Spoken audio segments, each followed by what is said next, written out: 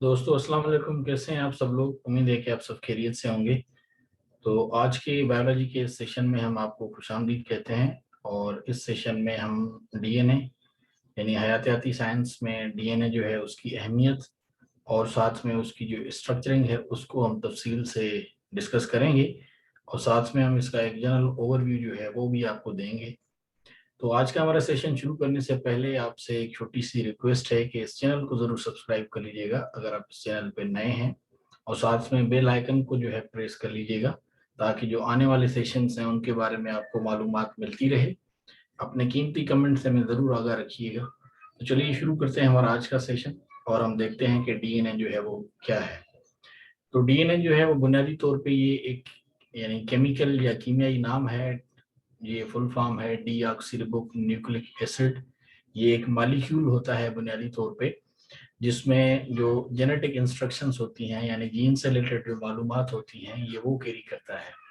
और ये जिंदा चीज़ों में होता है, लिविंग थिंग्स में, हर तरह की जिंदा चीज़ें यानी वायरस से लेके तो मैमल्स तक। तो जो जेनेटिक इंफॉर्मेशंस या जेनेटिक इंस्ट्रक्शंस जो हैं उससे मुराद ये है कि यानी आपकी मिसाल के तौर पे शक्ल किस तरह से होगी, या आपके बालों का रंग कौन सा होगा, आपकी जो आंखें हैं वो कैसे होंगी। तो ये इस तरह की जो यानी जेनेटिक इंस्ट्रक्शंस हैं जो सेल्स में बनती हैं। जब यानी सेल जो है वो ब्रेक डाउन होता है डॉटर सेल्स में, तो आपने अगर पढ़ा होगा माइटोसिस एंड म्योसिस, तो उसमें भी आपने देखा होगा कि ये बुनियादी तौर पे जो यानी डीएनए होता है यानी जो क्रोमोसोम्स होते हैं उनकी पेयरिंग होती है।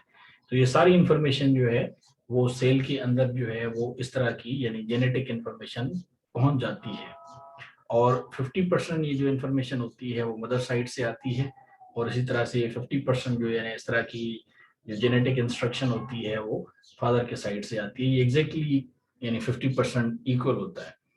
तो डीएनए मॉलिक्यूल जो है वो बुनियादी तौर पे इसमें दो स्ट्रैंड्स होते हैं। और ये एक विंड यानी जिस तरह आप हवा समझ लें या विलिंग की तरह होते हैं, जिस तरह से यहाँ पे आपको नजर भी आ रहे होंगे, यानी इस शेप में वो बने होते हैं। और वो एक दूसरे के साथ जो है वो यानी जुड़े हुए होते हैं या एक दूसरे के ऊपर वो विंड कर रहे होते हैं। और ये इनका जो शेप होता है इसे डबल हेलिक्स कहा जाता है। यानी ये आप जो शेप नजर आपको आ रहा है ये एक हेलिकल शेप है और ये विंडी शेप है। तो हर स्ट्रैंड में जो है एक बोन बैकबोन होता है। ये जो आप देख रहे हैं ये बैकबोन्स होते हैं और ये बैकबोन से होते हैं ये बुनियादी तौर पे डीऑक्सीरिबोज के बने होते हैं जो एक शुगर है टाइप। और इसमें डीऑक्सीरिबोज के अलावा फास्फेट जो उसके ग्रुप्स हैं वो भी इस्तेमाल होते हैं इसको बनाने में।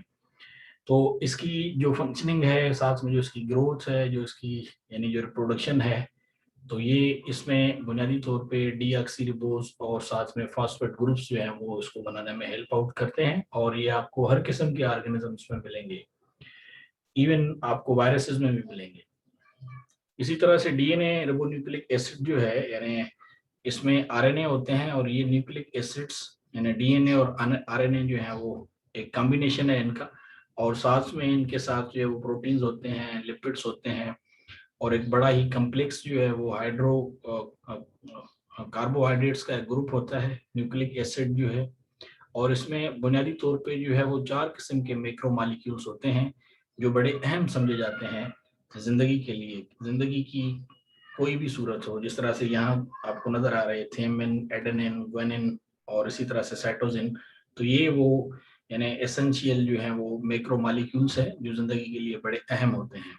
इसी तरह से जो डीएनए की जो स्ट्रैंड्स होती हैं ये दो, तो इनको पॉलीन्यूक्लियोटाइड्स कहा जाता है।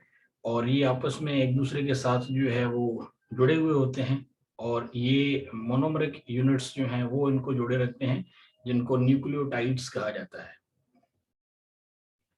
इसके अलावा हर न्यूक्लियोटाइड जो है वो यानी जो बुनियादी तौर पे नाइट्रोजन कंटेनिंग न्यूक्लियो बेसेस होते हैं चार, उनमें से किसी एक का वो बना होता है। और ये जो नाइट्रोजन कंटेनिंग न्यूक्लियो बेसेस होते हैं ये साइटोसिन है, इसी तरह से ग्वानिन है, एडेनिन है और इसी तरह से थियामिन है। तो ये एक तरह की शुगर होती है जिसको हम डीऑक्सीरिबोज कहते हैं और साथ में फास्फेट ग्रुप जो है वो कहते हैं। तो ये न्यूक्लियोटाइड्स जो हैं ये आपस में जुड़े होते हैं एक दूसरे के साथ और ये एक तरह की चेन बनाते हैं कोवेलेंट बॉन्ड की मदद मदद से। और उस चेन को जो है वो आमतौर पे कहा जाता है फास्फोडाइएस्टर लिंकेज, जो इनको आपस में जोड़े रखती है या मिला के रखती है। तो ये बुनियादी तौर पे एक यानी शुगर और न्यूक्लियोटाइड जो है उनके बीच में, और जो फास्फेट है उनमें, और इनकी वजह से शुगर फास्फेट का ये बैकबोन जो है वो बन जाता है, या उसकी निस्बत जो है वो बन जाता है। यहाँ पे आपको ये फिगर में क्लियर कट नजर भी आ जाएगा। और इसी तरह से जो नाइट्रोजीनियस बेसिस होते हैं, N2 यानी जो अलग अलग पॉलीन्यूक्लियोटाइड स्ट्रैंड्स होते हैं, ये इनको नाइट्रोजीनियस बेसिस बुनियादी तौर पे जोड़ के रखते हैं, या एक तरह से वो उनको बाउंड कर देते हैं कि वो पेयरिंग में जुड़े रहें या बने रहें। और ये पेयरिंग रूल्स जो हैं ये बनते हैं इन चार जो यानी बुनियादी तौर पे जो नाइट्रोजन कंटेनिंग न्यूक्लियो बेसिस होते हैं, तो ये ए और टी से बन सकते हैं, इसी तरह से सी और जी से बन सकते हैं। ये अलग अलग बनते हैं, ये बुनियादी तौर पे हाइड्रोजन बॉन्ड्स के साथ बने हुए होते हैं, और इनकी वजह से फिर ये जो है वो डबल स्ट्रैंडेड डीएनए जो है बन जाता है। ये जो आपको एक दो तरह की आपको एक तरह से ये पट्टियां नजर आ रही हैं, तो इसको डबल स्ट्रैंडेड डीएनए कहा जाता है। इसी तरह से जो आरएनए हैं वो बुनियादी तौर पे जो है बनाए जाते हैं या बने हुए होते हैं, डीएनए स्ट्रैंड्स को कैरी करते हैं। और ये एक प्रोसेस है जिसको जो है वो ट्रांसक्रिप्शन कहा जाता है। यानी ट्रांसक्रिप्शन से मुराद ये है कि जो कापियां बनती हैं एक तरह से, यानी एक सेल से दूसरे सेल में, या जब हम यूं कहें कि सेल डिवीजन जब हो रही होती है तो उसमें एक तरह की ट्रांसक्रिप्शन होती है। तो उसमें ये जो आरएनए स्ट्रैंड्स हैं ये डीएनए स्ट्रैंड्स के साथ मिला के एक प्रोसेस जो है वो बना रहे होते हैं, जिसको ट्रांसक्रिप्शन का प्रोसेस कहते हैं। इसी तरह से जो डीएनए बेसिस हैं वो एक्सचेंज करते हैं एक दूसरे के साथ जो उसके करस्पॉन्डिंग बेसिस होते हैं। और जिस तरह से थियामीन है, और थियामीन जो है उसमें हम देखते हैं कि आरएनए जो है वो सब्स्टिट्यूट करते हैं, फॉर एग्जांपल यूरेसिल है। और जेनेटिक कोड जो है उसमें हम देखते हैं कि आरएनए के जो स्ट्रैंड्स होते हैं ये यानी स्पेसिफाई करते हैं सीक्वेंस को, अमीनो एसिड्स को, उनको खास लोकेशन पे जो है वो मिसाल के तौर पे पहुंचाने में हेल्प आउट करते हैं प्रोटीन की मदद से। और इस प्रोसेस को जो है वो ट्रांसलेशन कहा जाता है। इसी तरह से यूकैरियोटिक टाइप के जो सेल्स होते हैं उनमें डीएनए जो है वो यानी आपस में लॉन्ग स्ट्रक्चर्स के साथ जुड़े हुए होते हैं, और उनको हम क्रोमोसोम्स कहते हैं। तो सेल्स की दो टाइप्स होती हैं, प्रोकैरियोटिक एंड यूकैरियोटिक। यानी एक ऐसा सेल है जिसको आप कहते हैं कि ट्रू न्यूक्लियस है, और एक आप जिसको कहते हैं कि प्रॉपर न्यूक्लियस नहीं है, क्योंकि न्यूक्लियस तो बहरहाल हर सेल में आपको मिलती है, या जिन्हें हम सिंगल सेल्यूलर ऑर्गेनिजम्स कहते हैं और मल्टी सेल्यूलर ऑर्गेनिजम्स कहते हैं। तो यूकैरियोटिक जो है वो मल्टी सेल्यूलर ऑर्गेनिजम्स होते हैं। तो इनमें क्रोमोसोम्स की ये जो यानी स्ट्रक्चरिंग होती है ये बड़ी लॉन्ग होती है। और इसी तरह से आप अगर सेल डिवीजन जो है जब हो रही होती है उससे पहले आप देखें तो ये क्रोमोसोम्स जो हैं ये डुप्लीकेट होते हैं, यानी इनकी कापियां बनती हैं, प्रोसेस में ये बन रहे होते हैं। और ये जो प्रोसेस है इसको रेप्लिकेशन कहा जाता है। और उस रेप्लिकेशन में हम देखते हैं कि जब एक सेल जो है वो डॉटर सेल में तकसीम होता है तो उसमें क्रोमोसोम्स का जो एक सेट है वो कंप्लीट आ जाता है। यानी पेयरिंग में 23 और इंडिविजुअल में वो 46 एक नंबर होता है। फिर ये जब सेट बनता है तो यानी 23 जो है पेयर या जो सेट ऑफ क्रोमोसोम्स वो हर सेल में आ जाता है, जब एक सेल डॉटर सेल के प्रोसेस में यानी वो डिवाइड होकर दूसरे सेल्स में कन्वर्ट होता है। इसी तरह से डीएनए जो है वो बुनियादी तौर पे तो लॉन्ग पॉलीमर है जो बना होता है रिपीटिंग यूनिट्स का, और उन्हें जो है वो न्यूक्लियोटाइड्स कहा जाता है। और उनमें से एक हर एक जो है उसको यानी एक खास किस्म की निशानी जो है उससे जाहिर किया जाता है। वो लेटर्स होते हैं ATCG, यानी एडेनिन, थेनिन। तो ये साइटोसिन या गुआनिन जो है, ये स्ट्रक्चर ऑफ डीएनए जो है ये डायनामिक होता है वो अपनी जो उसकी लेंथ होती है उसके लिहाज से। और ये इतना काबिल होता है कि ये कॉइल अप हो सकता है, और ये छोटे छोटे लूप्स जो है हल्के हल्के लूप्स बना लेता है या उनके शेप्स में आ जाता है। और हर तरह की जो यानी स्पेशीज हैं यानी जो जिंदा चीजें हैं इनमें ये कंपोज होता है। बुनियादी तौर पे इसमें हेलिकल चेन्स होती हैं, और ये हेलिकल चेन्स जो है वो बुनियादी तौर पे हाइड्रोजन बॉन्डिंग जो होती है वो इनको जोड़े रखती है आपस में। इसी तरह से डीएनए जो है वो डबल हेलिक्स जो है ये स्टेबलाइज होता है, और इसमें बुनियादी तौर पे दो फोर्सेस होते हैं जो काम कर रहे होते हैं। एक होता है हाइड्रोजन बॉन्ड का फोर्स, और दूसरा होता है जिसको हम न्यूक्लियोटाइड्स कहते हैं या बेस स्टैकिंग फोर्स कहते हैं। तो ये आपस में एक दूसरे के साथ यानी इंटरेक्ट करते हैं, और इनकी वजह से जो है वो एरोमेटिक न्यूक्लियोबेसेस जो है वो फॉर्म हो रहे होते हैं। तो वो जो एरोमेटिक न्यूक्लियोबेसेस जो बनते हैं वो 4 बनते हैं। अगेन वो एडेनिन और साइटोसिन और गुआनिन और साथ में जो थियामिन है ये वो है। और ये चारों बेसेस जो है वो एक दूसरे के साथ यानी जुड़े हुए होते हैं, जिसकी वजह से शुगर फास्फेट जो है वो बनता है। और वो पूरा न्यूक्लियोटाइड जो है, जिस तरह से आप देख सकते हैं कि एडेनोसिन जो है वो मोनोफास्फेट में ये होता है, तो उसमें एडेनिन के पेयर्स जो हैं वो थियामिन के साथ या गुआनिन के पेयर्स के साथ जो है वो मिलके, या इसी तरह से साइटोसिन के साथ वो जब मिल जाते हैं तो उनसे फिर वो एक खास किस्म की पेयरिंग बनती है, यानी ATNGC, ये बेस पेयरिंग होती है जो बन जाती है। अब हम देख लेते हैं बायोलॉजिकल फंक्शनिंग जो है डीएनए की कि ये किस तरह से। तो डीएनए बुनियादी तौर पे जो है ये लीनियर क्रोमोसोम्स आमतौर पे यूकैरियोटिक सेल्स में होते हैं, और ये सर्कुलर क्रोमोसोम्स के सूरत में प्रोकैरियोट्स में हमें मिलते हैं। और यानी लीनियर होंगे ये यूकैरियोट टाइप के सेल्स में, और ये सर्कुलर होते हैं प्रोकैरियोटिक सेल्स में। तो ये सेट होता है क्रोमोसोम्स का सेल के अंदर, जो इसमें बनाता है जेनोम। और ह्यूमन जेनोम जो है आमतौर पे कहा जाता है कि इसमें कोई कोई यानी 3 अरब जो है बेस पेयर्स होते हैं और डीएनए के, और ये बुनियादी तौर पे 46 क्रोमोसोम्स के जो यानी होते हैं टाइप्स, उनमें ये अरेंज किए हुए होते हैं। इसी तरह से इंफॉर्मेशन जो है वो इन डीएनए में आ जाती है, और ये एक सीक्वेंस में होती है या एक पीसेस होते हैं डीएनए के जिनको जीन्स कहा जाता है, उन सूरत में होती है। जिस तरह मैंने आपको शुरू में बताया था कि यानी हमारे बाल किस तरह से होंगे और हमारा जो आंखें हैं वो किस तरह से होंगी, कलर क्या होगा, या कौन सी कैरेक्टरिस्टिक्स जो हैं खुसूसियात, या जो मदर की साइड से या फादर की साइड से, तो ये जो है इस तरह से है। तो ये जो ट्रांसमिशन है जेनेटिक इंफॉर्मेशन की, ये जीन्स में ये अचीव होती है एक कंप्लीमेंट्री जो बेस पेयरिंग होती है, जो हमने पहले देखा था AT या CG की पेयरिंग। मिसाल के तौर पे ट्रांसक्रिप्शन जो है वो यानी जब हो रही होती है तो सेल उसमें इस्तेमाल करता है खास किस्म की इंफॉर्मेशन जीन से लेके, और डीएनए सीक्वेंस जो है फिर उसको कॉपी करता रहता है। और इसी तरह से कॉम्प्लीमेंट्री आरएनए सीक्वेंस जो है उसकी मदद से ये अट्रैक्शन हो रही होती है डीएनए में, और करेक्ट आरएनए जो है वो इस तरह से फिर न्यूक्लियोटाइड्स जो है वो बना रहे होते हैं।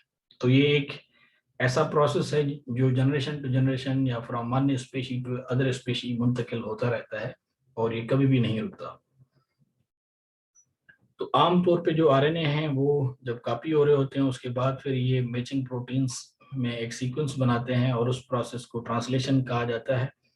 और ये डिपेंड कर रहा होता है बिल्कुल उसी तरह की इंटरेक्शन जो कि आरएनए न्यूक्लियोटाइड्स के साथ हो रही होती है।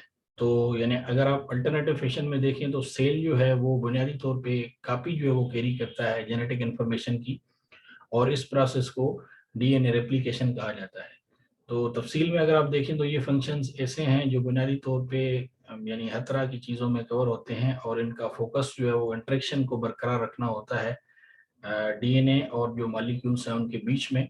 और ये एक तरह से मेडिएट करते हैं जो जेनोम के अंदर फंक्शंस हो रहे होते हैं, या उन्हें सपोर्ट करते हैं, या उन्हें लिंक करते हैं, या उन्हें ब्रिज करते हैं।